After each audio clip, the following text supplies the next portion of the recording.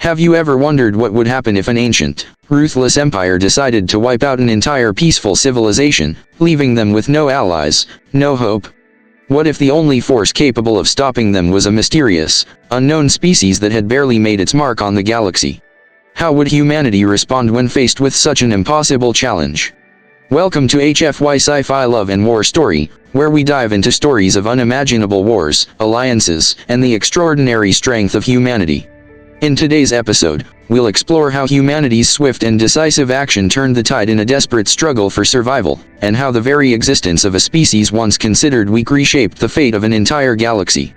This is a tale of courage, precision, and humanity's ability to fight when it matters most. Stick with us to find out how humanity took on an overwhelming enemy and changed the course of history. Trust me, you don't want to miss these details. Before we dive deeper, don't forget to hit that like button and subscribe to the channel so you don't miss any of our exciting stories. Also, feel free to leave your thoughts in the comments below. Your feedback motivates us to create even more engaging content.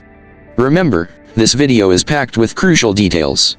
Make sure to watch until the end to fully grasp the epic saga unfolding in this story. Araxis Prime once gleamed with prosperity, its capital city a jewel of crystalline architecture that soared into the sky. But now, as the camera sweeps across the planet, those same spires lay shattered, fragments of their beauty scattered like broken glass in the wind. The once pristine streets are now filled with smoldering ruins, a landscape marked by the scars of relentless bombardment. The air is thick with smoke, and the sky, once a bright blue, is now choked with ash and dark clouds. The Vorath Empire's warships hang ominously in the low orbit above, their shadowed forms cutting through the hazy sky, like predators circling their prey. In the depths of the underground government bunker, High Chancellor Chen stands before a tactical display, the faint glow of the holographic screens casting sharp shadows across his tired face. His once proud features are now worn and weathered, a reflection of the agony his species has endured. His eyes, hollow and empty, flicker with the harsh light of the data feeds showing the continued bombardment of Araxis Prime. Chen, his voice low, laced with despair. Our people are being eradicated. There's no help coming. Even our allies have abandoned us. The walls of the bunker are lined with more monitors, showing empty cities and scorched landscapes. The Arian defense forces already weak have been decimated. Chen clenches his fists, the weight of his people's near extinction pressing down on him.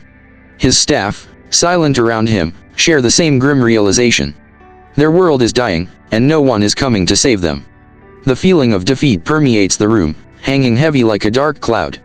The Arians had once been a peaceful species, their lives built around art, science, and harmony with the cosmos. But now, all of it was crumbling. They were a species on the brink of extinction, and no one, not even their closest allies, would lift a finger to help. As the air grows thick with tension, a voice breaks the silence, its tone youthful yet filled with conviction. Kira, the youngest member of the High Council, steps forward. Her eyes, though full of uncertainty, burn with a spark of something else, hope, or perhaps desperation. She looks to Chen, whose weariness seems to have deepened in the last moments. Kira, her voice steady, though trembling at the edges. We have nothing left to lose. What if we reach out to the humans? The room falls into stunned silence. The word humans hangs in the air, a strange concept to most of those present. The humans newly introduced to the galactic stage had made their presence known only recently. Their society, once primitive, had managed to unlock the secrets of faster-than-light travel in under 30 years. They had joined the Galactic Concord, but they were still largely unknown, their capabilities a mystery. Chen's gaze shifts slowly to Kira. His expression is unreadable, the weight of years of leadership pressing down on him. For a moment, the quiet hum of the bunker is the only sound, and then a soft exhale escapes from Chen's lips. Chen, quietly, almost to himself. Humanity.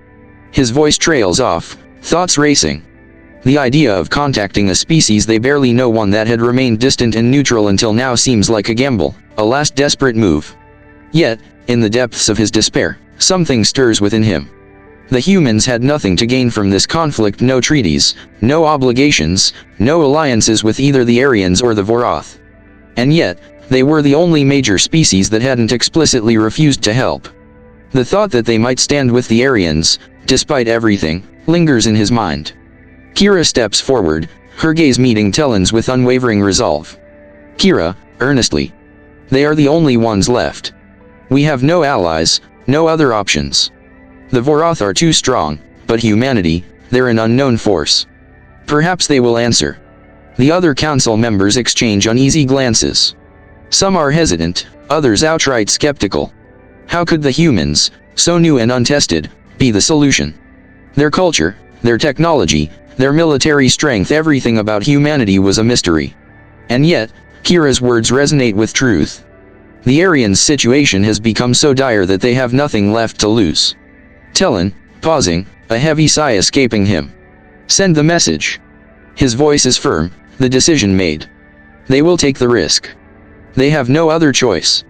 The Arian leadership begins to prepare the communication, knowing it could be their final attempt at survival.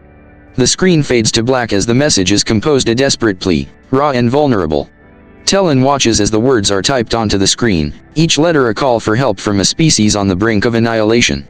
The atmosphere in the communication station is thick with a sense of urgency, the walls vibrating softly with the distant rumble of the Vorath bombardment.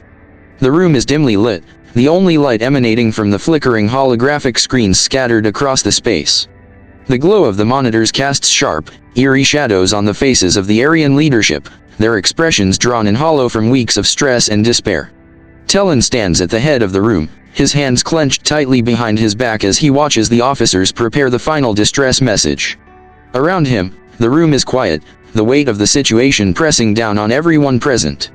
There is no time for formalities, no room for hope, only the raw, desperate need for salvation. Chen, in a commanding tone, his voice breaking the silence. We are the Arians. The Vorath Empire is systematically destroying our world.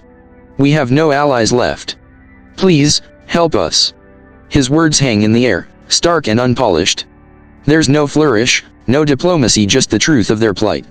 The message must be simple, direct, and desperate. Every word feels like a plea for survival, a cry from a dying civilization.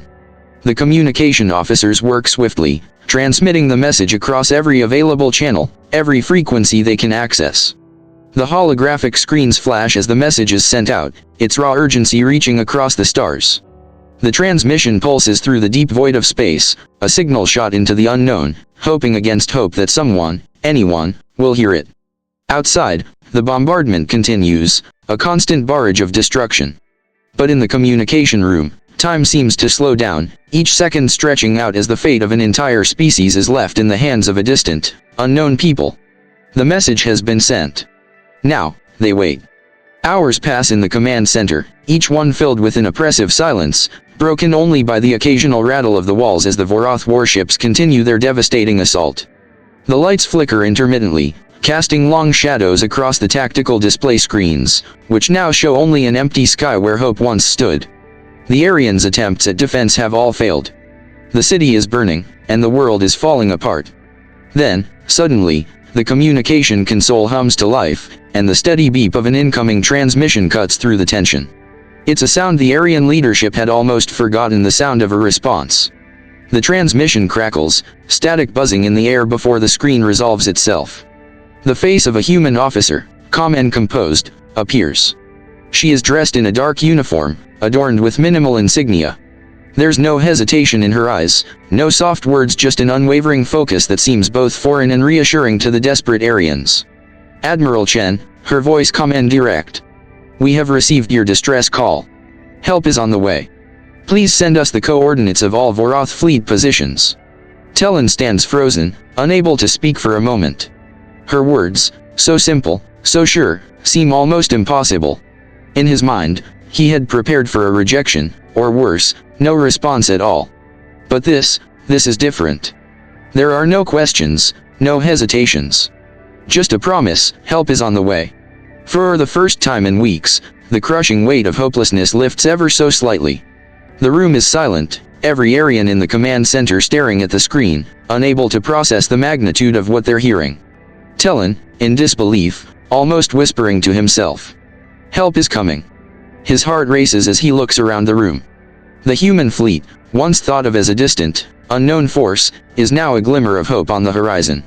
The decision to send that message, the gamble on humanity, could be the only chance they have left. Admiral Chen's face remains impassive, but Talon can see the determination in her eyes. There is no empty politeness, no sympathy. Just a professional commitment to the task at hand. Admiral Chen, please transmit the coordinates of all Vorath fleet positions. We will need this information to proceed. Our forces are en route. The screen flickers as the transmission ends abruptly, leaving the Arian leadership in stunned silence. The tension in the room, which had been suffocating just moments before, now shifts something new, something unfamiliar. Hope. The communication officer looks up from the console, his voice trembling with disbelief. Communication officer, with a slight gasp. Chancellor, this can't be real. Help is coming from Earth. They're actually coming. Talon looks out at the monitors again, his mind racing. Could this be real? Could humanity, a species so new to the galaxy, truly be capable of coming to their aid? He knows only one thing for certain: the Arians have been given a chance they never expected. As the transmission fades from the screen, the command center erupts into a flurry of activity. The Arian leadership scrambles to send the Vorath fleet's positions, their last attempt to give the humans all the information they need to prepare. But even as the words are typed, Talon knows there is little time left. The humans are coming, but can they make it in time? And more importantly, can they defeat the Vorath Empire? The command center is in utter chaos. The incessant pounding of the Vorath bombardment has taken its toll on both the city and the people inside the bunker. Alarms blare, echoing through the hallways, and the air smells of dust and burning electronics. The glow of tactical screens flickers, each one displaying systems that are slowly failing under the strain. Power surges ripple through the consoles, and a low hum reverberates through the walls. Each passing minute feels like an eternity. Talon stands at the helm of the room, his eyes bloodshot from lack of sleep, as the Arian leadership scrambles to assess their defense options. Outside, the surface of Araxis Prime is being bombarded relentlessly, the once pristine environment now a hellscape of burning craters and shattered structures. The sound of distant explosions rumbles through the ground beneath their feet, shaking the bunker and adding to the growing sense of doom. Talon, quietly, to himself. We're out of time. There's nothing more we can do. The end is near. In the midst of the panic, the sensor operator's voice cuts through the tension like a knife, sharp and frantic. Sensor operator, shouting in disbelief. New contacts. They're coming in behind the Vorath fleet. Talon's heart skips a beat. For a moment, the room falls into stunned silence. The Vorath have been their only threat. What new force could possibly come now? The screens show no sign of the enemy retreating. Instead, another signal appears, a fresh wave of energy signatures rapidly approaching. Sensor operator, his voice trembling. Hundreds of ships, smaller than the Vorath dreadnoughts, but they're in perfect formation. It's not the Vorath. The words sink in slowly. The humans. The unknown fleet that had promised to arrive. Talon stares at the screen, disbelief mixing with a rising spark of hope. He had thought it impossible. There was no way a fleet could traverse the distance in such a short time. And yet, here they are. Hundreds of ships, appearing out of the void behind the Vorath. The camera cuts to the tactical display. Hundreds of small, sleek vessels now appear, moving with an almost unnatural precision. The ships are unlike any the Arians have seen before, fluid in their movements, a sharp contrast to the heavy, imposing Vorath dreadnoughts that had been bombarding them for weeks. The human fleet emerges from the darkness of space like a swarm of shadows, their hulls reflecting the dim light of Araxis Prime's distant star. Each vessel is agile, fast, and appears to be in perfect sync with one another. Talon's breath catches in his throat as he watches the fleet approach. It's not just their numbers, it's the way they move like a living organism, adapting to every twist and turn of the battlefield. The Vorath, still entrenched in their assault, seem oblivious to the new threat emerging behind them. The camera pulls back, showing the vastness of Araxis Prime as the human fleet takes its position above the planet. The ships move in tight formations, their sleek designs cutting through the cold expanse of space with a kind of grace that seems almost alien. The Vorath fleet, massive and imposing, is locked in a chaotic assault on Araxis Prime's surface, unaware of the rapidly encroaching threat behind them. The human fleet emerges from the blackness like a storm, their movements deliberate and exact. They move with a level of coordination that seems almost too precise to be real. Each ship is a part of a larger whole, a living entity that knows its role without question. The Vorath, with their lumbering dreadnoughts and slow, aggressive tactics, are no match for the speed and agility of the humans. In the depths of space, the battle commences. The camera zooms in on the human ships as they engage. Explosions rock the void as human vessels strike first, launching precision blasts that tear into the Vorath ships. The human fleet's small size works to their advantage as they dart in and out of the Vorath's fire range, their movements almost impossible to track. The Vorath return fire, but the human ships are already on the move, slipping through the gaps in the fire like shadows. Admiral Chen, her voice calm, commanding over comms. Vorath fleet, this is Admiral Helena Chen of the United Earth Defense Force. You are engaging in an unprovoked assault on a peaceful civilization. Power down your weapons and withdraw immediately. Her voice rings out across the battlefield, every word cutting through the chaos like a blade. The Vorath fleet responds immediately, their commanders furious but caught off guard. They had never expected such a swift and direct counterattack. Vorath commander, on comms, growling. You are interfering with the will of the Vorath Empire. Withdraw now, or you will be destroyed. But the humans don't hesitate. Admiral Chen, with her steady resolve, gives the command. Admiral Chen. We will not stand by while innocents are destroyed. Prepare to engage. As soon as her orders are given, the human fleet begins a coordinated offensive. The ships move with calculated precision, launching waves of missiles and energy blasts that streak through the void like comets. The Vorath fleet, though larger and more heavily armed, is ill-equipped for this type of engagement. Their massive warships move sluggishly in comparison to the human fleet's nimble maneuvers. The human ships dart around the Vorath like predators, exploiting every weakness in their defense. Each attack is surgical, hitting critical systems and disabling their opponents without giving them a chance to retaliate. In moments, the first of the Vorath dreadnoughts explodes in a massive flash of light, its hull crumpling under the barrage of fire. Chen, watching in awe, whispering. They're doing it. They're actually doing it. The Arian leadership watches as their saviors systematically dismantle the Vorath fleet. The humans fight like no other species in the galaxy, their tactics fluid and unpredictable. The Vorath, once the most feared empire in the sector, are now being overwhelmed. Their ships are exploding one after another, their once imposing fleet crumbling under the relentless assault of the humans. The camera zooms out to show the vast expanse of space, the human ships weaving through the debris of the fallen Vorath vessels. The human fleet, though smaller in size, has proven that strength isn't always about sheer numbers. It's about precision, coordination, and the ability to strike when it matters most. The vast void of space is now a battlefield of broken ships and flashes of brilliant light. The camera zooms in on the remains of the Vorath fleet, their once mighty dreadnoughts now little more than burning wrecks. One by one, the massive warships symbols of the Vorath Empire's dominance are torn apart, their hulking forms splintering and breaking in the cold expanse of space. Each explosion is a brilliant flash, a burst of fiery color that momentarily illuminates the darkness. The soundless bursts are the only clue to the magnitude of destruction as entire sections of the ships vaporize in a haze of superheated plasma.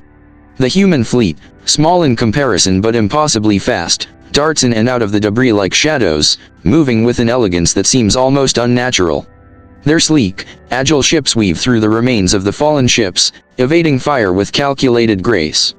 Every shot fired by the Vorath seems to miss, only grazing the empty space where a human vessel had been moments before. Chen, staring in disbelief, his voice a whisper. How are they doing this? He watches, utterly transfixed by the carnage unfolding before him. His eyes flick back and forth between the destroyed ships and the human fleet, which continues to maneuver with impossible precision.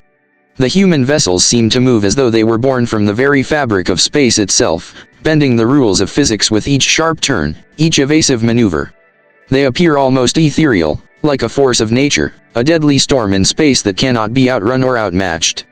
The camera pulls back to show the destruction in its full scope, the once powerful Vorath fleet now a fragmented mass of wreckage.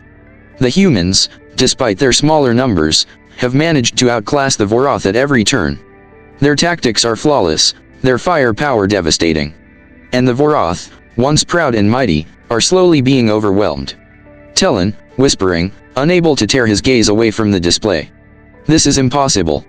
They're dismantling the Vorath, one ship at a time. In the command center, the Arian leadership exchanges stunned glances. They had heard of humanity's capabilities, whispers from distant diplomats and traders, but seeing it in action, witnessing the destruction of one of the most feared military forces in the galaxy, is something beyond their understanding. The humans are proving that their legend is not mere rumor. They are a force unlike any other, a species that fights with a ferocity and skill that leaves the Vorath scrambling. Far above Araxis Prime, in the heart of the Vorath fleet, Supreme Warlord Vorax stands on the bridge of his flagship, the Eternal Dominion. His large, reptilian form towers over the command center, his eyes wide with disbelief as the tactical displays show his ships being torn apart one by one. His skin, once a proud shade of dark green, now appears flushed with fury and confusion. He grips the railing tightly, his claws digging into the metal as another of his ships disintegrates in a fiery explosion. The once immense Vorath fleet, known throughout the galaxy for its brutal, relentless tactics, is falling apart at the seams. The strategic advantage the Vorath have enjoyed for centuries is slipping through their fingers, replaced by an unfamiliar, bone-chilling sensation: fear. Vorax, furiously, his voice a low growl. Report. What's happening? Why are we losing? The tactical officer, his usually confident demeanor shattered, struggles to provide an answer. His voice trembles with panic as he stares at the screens, which flicker with the rapidly shrinking number of Vorath ships. Tactical officer, wide-eyed and panicked. The humans, they fight like nothing we've encountered before. Their ships, they're too fast. Their weapons, too accurate. We cannot track them, we cannot hit them. The bridge falls silent as the officer's words sink in. The Vorath, who had never known fear on the battlefield, are now trembling under the pressure of this unexpected enemy. For the first time in their history, they are being hunted, picked apart with precision and swiftness. Their once unstoppable war machines are now nothing more than targets in the crosshairs of a force they cannot comprehend. The camera shifts to show the chaos on the bridge. Vorath officers are shouting orders, trying desperately to reposition the fleet, but it's clear they're in disarray. The human ships, small but deadly, are everywhere, and their movement is a blur of unpredictable tactics. Every Vorath ship that tries to return fire is met with a precise counterstrike. Each defensive maneuver is outmaneuvered, each attack blocked or avoided with grace and ease.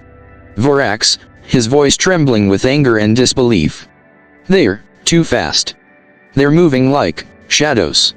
On the tactical display, a streak of light cuts through the darkness as another Vorath dreadnought bursts into flame, its massive hull disintegrating in the blink of an eye.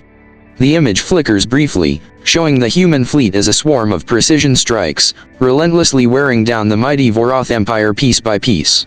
Vorax, his voice now shaking with real fear. This can't be happening. We were supposed to be the predators. They're supposed to be the prey. He glares at the screen, watching in horror as the human ships continue their flawless assault, destroying everything in their path. It's clear now, the Vorath are not just losing, they're being hunted. The once immense Vorath fleet, a symbol of fear and dominance across the galaxy, is nothing more than a broken shell, collapsing under the unrelenting force of the humans. The vast expanse of space is a battlefield, littered with the remains of what was once the mighty Vorath fleet. The camera slowly pans over the carnage, showing the hulking wrecks of their dreadnoughts floating lifelessly in the void. Massive clouds of debris swirl around the remains, the debris still glowing from the heat of the battle, leaving trails of shimmering particles drifting through the dark. The silence of space, once oppressive, now feels almost like an afterthought compared to the intensity of the destruction that has just occurred. The human fleet, though smaller, remains in pristine condition. Their ships, agile and lethal, move in synchronized patterns across the void, their hulls reflecting the light of Araxis Prime's dim star. There is a sharpness to their movement, as though each ship were a living entity, coordinated perfectly with the others. The camera zooms in on one of the human ships as it weaves through the wreckage, its hull glistening, untouched by the battle's fury. Admiral Chen, on comms, her voice steady and authoritative. This is Admiral Helena Chen. The Vorath Empire has been defeated. We have come to your aid, and we will stand guard over Araxis Prime until this world is safe. Her words echo across the battlefield, a declaration of victory that resonates like a thunderclap in the stillness of space. The Vorath forces, once relentless in their assault, are now retreating in disarray. The human ships follow in hot pursuit, but the Vorath are no longer a threat. Their warships are fleeing the system, their proud banners shattered, leaving Araxis Prime behind. The camera lingers on the retreating ships, their thrusters flaring as they speed away into the black void, while the human fleet continues to patrol, their presence a reminder of the power humanity has now wielded in this corner of the galaxy. The galaxy, once ignorant of humanity's true capabilities, now knows the truth. Humanity is not just a newcomer, but a force that cannot be ignored. The human fleet positions itself between the remains of the Vorath and the planet below, a protective shield. Each ship in their fleet hovers in perfect formation, as if to say, "We are here, and we will not allow this planet to fall." The dust of battle settles slowly, leaving a haunting quiet over the once chaotic government bunker. The explosions, the cries of alarm, the shrill of dying systems all have ceased. For the first time in weeks, the Arian leadership can breathe. The camera moves through the command center, showing officers now focused on the screens displaying the retreating Vorath forces. The screens no longer flicker in distress but now show calm tactical assessments, as the situation begins to stabilize. Chen, standing at the head of the room, surveys the scene before him. His expression is still tinged with disbelief, the weight of the events heavy on his shoulders. But beneath that weight is a glimmer of hope. He gazes out the window, looking at the burning ruins of their once great capital, now a site for rebuilding, not just survival. Chen, with a deep, heartfelt gratitude. We owe our lives to the humans. Without them, Araxis Prime would be no more. The camera pulls back to show the Arian leadership standing together, their faces a mixture of relief and awe. Humanity's arrival has turned the tide of what seemed like certain annihilation. The destruction of the Vorath fleet and their retreat has left the planet in a fragile but hopeful peace. Humanitarian aid begins to pour in from Earth, as emergency medical teams and engineers arrive to assist in the rebuilding efforts. Human ships, once feared and unknown, are now a lifeline for the Arians. The camera follows the procession of aid ships as they descend toward Araxis Prime, their sleek silhouettes cutting through the smoke-filled sky. On the ground, human medics work tirelessly to tend to the injured, while engineers start repairing the infrastructure of the once beautiful cities. The camera transitions to scenes of Arian citizens cautiously walking through the streets, now dotted with human workers. Where there was once destruction and loss, there is now a spark of renewal. The once hopeless planet is beginning to heal. The first signs of reconstruction show as towering cranes and mobile construction units begin to reshape the landscape, transforming ruins into foundations for a new future. Chen, as he watches the rebuilding, his voice soft but resolute. The task ahead is great, but we now have the strength to rebuild, and we will. We will stand side by side with humanity, and together, we will create a future brighter than what we once knew. The camera slowly pans out, showing the contrast between the wreckage and the beginning of restoration. The once dark skies of Araxis Prime are beginning to clear, the first rays of the planet's sun breaking through the clouds, symbolizing the new hope brought by humanity's intervention. The once chaotic command center is now calm, the tension having ebbed away as the battle has ended. The air smells faintly of burnt circuitry and the residual heat from the conflict, but amidst the aftermath, a new sense of hope begins to fill the room. The camera slowly moves through the bunker, showing the officials of Araxis Prime, their faces still weary from the conflict but now glowing with a mix of gratitude and cautious optimism. The destruction of the Vorath is no longer the focal point. Now, the focus is on the future, on what comes next. Chen, standing in front of a large holographic display, watches as data flows in from Earth. His expression is solemn, his mind focused on the monumental shift that is occurring. The crisis has passed, but the real challenge lies ahead: the rebuilding of his people, the forging of new alliances. And at the center of that is humanity. Chen, with quiet sincerity, looking directly at Admiral Chen. You have saved us. We are forever in your debt. Let us build a future together. Admiral Chen stands across the room, her presence commanding yet calm. Her uniform is simple but represents the might of humanity. As the camera focuses on her, the light catches her face. There's no hint of pride, just a quiet resolve, the sort of quiet confidence that comes from knowing they've done what was right. The destruction of the Vorath, their promise of protection, and their swift response were all acts that spoke of humanity's true nature. Admiral Chen, her voice steady, unwavering. We seek no repayment. We did what was right. But we would welcome formal relations with your people. There is much we can learn from each other. Her words settle in the room, like a promise made not out of obligation but of shared vision. The human fleet, the force that had dismantled the Vorath with such precision, now stood as the architects of a new era. It wasn't about conquering or taking control, it was about forging alliances based on mutual respect, a commitment to peace, and the willingness to fight when peace was threatened. The room hums with a quiet energy as the camera captures the exchange of a small but profound gesture. Chen nodding, his shoulders relaxed for the first time in what feels like forever, and Admiral Chen returning the gesture, a silent agreement between two peoples now bound by their shared history of war, survival, and future hope. The camera now shifts to a grand chamber, lit by the soft glow of holographic projections showing a map of the galaxy. The once silent space is now alive with a hum of conversation, diplomatic representatives of various species gathered around a central table. Their eyes are fixed on the screen, where Admiral Chen's face appears, projected as if she were standing among them. The room falls silent as her voice rings out calm, yet filled with unyielding strength. Admiral Chen, addressing the United Nations, her voice unwavering. We are not conquerors. We are not empire builders. But we will not stand by and let tyranny spread. The galaxy needs to understand, humanity stands for peace, but we will fight for it when necessary. Her words echo through the chamber, her resolve unbroken, the gravity of her statement rippling across the room. The representatives of many species, alien races with centuries of history listen in silence, their expressions a mix of awe and newfound respect. The victory over the Vorath Empire, once thought impossible, has not only saved the Arians but has shifted the balance of power in the galaxy. Admiral Chen, continuing, with a quiet yet firm strength. Humanity spent thousands of years divided, fighting ourselves. We came to the stars with the hope of finding a galaxy of peace. But we quickly learned that peace cannot be taken for granted. It must be defended, just as it must be earned. As she speaks, the camera pans across the room, showing the various representatives, some from species long established in the Galactic Council, others newer members, all listening intently. The weight of what she says is understood by all.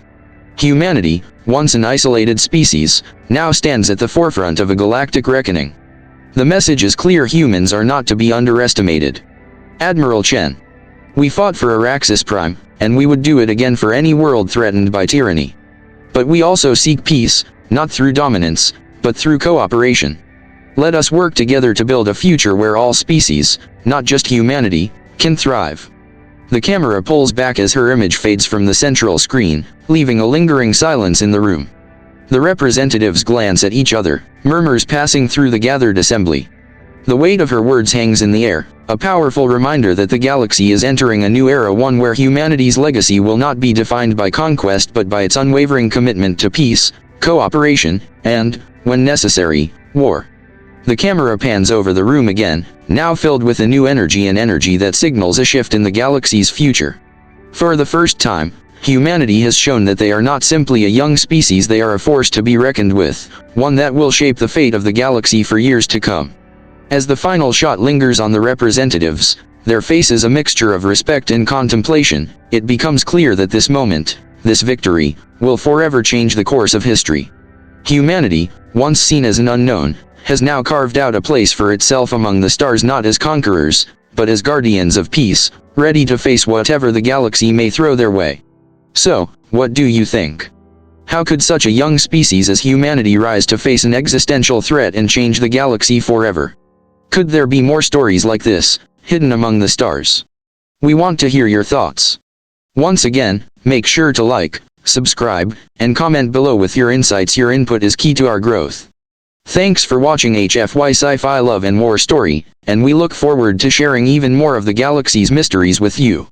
Until next time, stay curious, stay engaged, and keep exploring.